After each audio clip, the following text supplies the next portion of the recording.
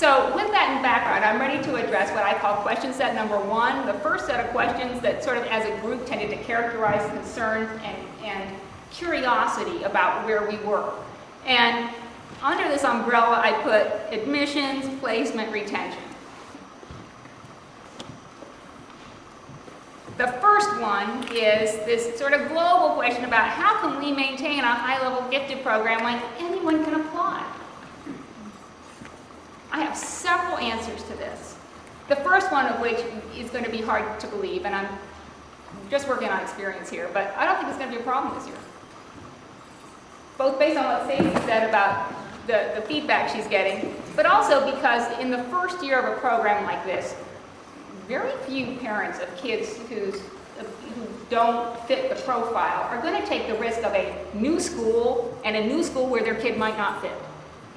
So, honest to God, I think that this problem might emerge in year 4 of the school, year 5 of the school, more than it's going to emerge in year 1 of the school. That doesn't answer your concern, and I'll get to it, but I just try to comfort you. I also want to point out that it may be a bit of a moot point in many ways. Okay? And to show you what I mean, I want to talk to you about some of those kids in our diverse group. Marcus. Marcus loves poetry. He's been writing poetry for years. He's several years advanced in language arts. As you look at him on the achievement test, he reads all the time, and he's scribbling all the time. You know, scribbling not only on his notebook paper, but inside the books that you assign to him that have to be turned back, and we have to deal with the cost. He's scribbling in the library books. His parents are always getting into trouble. He scribbles on the walls, everywhere. We have Stephanie, who's a science goddess. She has loved science in all of its forms for years and years and years. Robbie, who's just a decidedly different learner. He thinks his own thing, he acts his own way.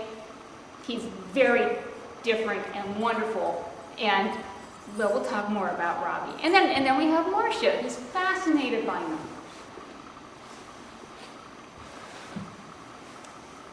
What happens partially as we move, partially because we move from elementary school to middle school, but also because gifted kids' interests tend to get more focused as they age, is that we find that giftedness across the board is hard to find. Another way of saying that is everybody is not gifted in some way. We take a look at Marcus, for example, who really loves language arts. You find that he really doesn't like math at all. You know? And so his math achievement isn't like what his language arts achievement is. He's like on grade level in math. So his math teacher, who heard that he was applying to this school, sort of said, "What? Marcus? No, Marcus." Well, the language arts teacher was thrilled because they thought it would be a unique opportunity. Everybody's not gifted at the same level in all subject areas. And then there's Stephanie. Stephanie, who has been a science goddess from the womb, practically, once she hit 6th grade, decided that goddess was sort of a little better than science. So all of a sudden, it's getting just a little bit harder to coax her into all those science camps, which are, 90% what, male?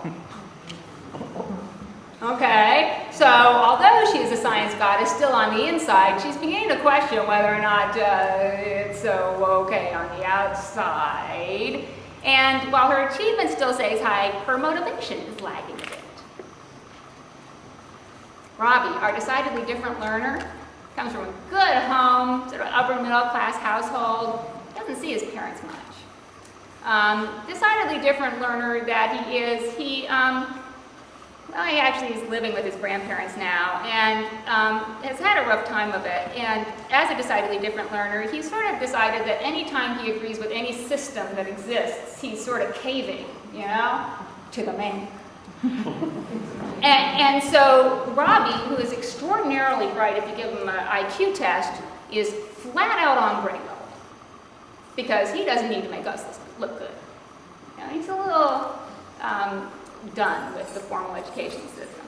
And then Marcia, who's fascinated with numbers, she's a mom immigrant. Her family just came over. She's extraordinarily bright. She's very, very quiet. She actually comes from a culture where to show her abilities is not necessarily approved. And so her fascination with number tends to be a sort of quiet thing that she shares with her math teacher and her best friends, and doesn't necessarily let it show many other places. I'm not actually sure how her application got in, but there it is. Now, all 4 of these kids are gifted, but they're not all going to be functioning at 2 grades above level. Each one of them is going to be functioning at grade level in different areas because they haven't had the same experiences, because they haven't had the same opportunities, because they have very different interests. Some of them may be what we may find looking at Marcus, and this happens all the time, he may have a learning disability that he has been able to get away with hiding for years and years because he could memorize everything he needed in math because the questions were so basic and so easy. But now, in a rigorous program, the learning disability comes out, we get to diagnose it and help him. So just because we've got a school for the gifted here doesn't mean that we're just raising the level 2 grades.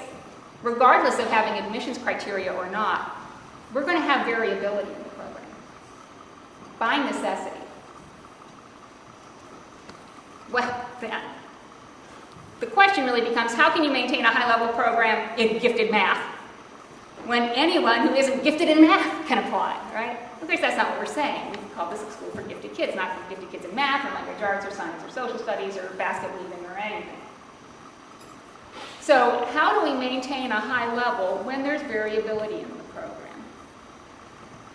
Well, we start by knowing the kids through that assessment. But the other is, and I said, instruction. Instruction is as easily as important as curriculum. Regardless of the level of the curriculum where we start, the instruction of what they get will have more content faster. We vary the pacing because they're gifted. It will have more depth than typical. We will move to abstractions and concepts sooner. We will be making more diverse connections between what they're studying and other subject areas. And as I said, we are going to get to authentic experience much faster. So regardless of whether it's Algebra 1, Algebra 2, Geometry, Pre-Cal, the instruction stays rigorous, fast-paced, and different.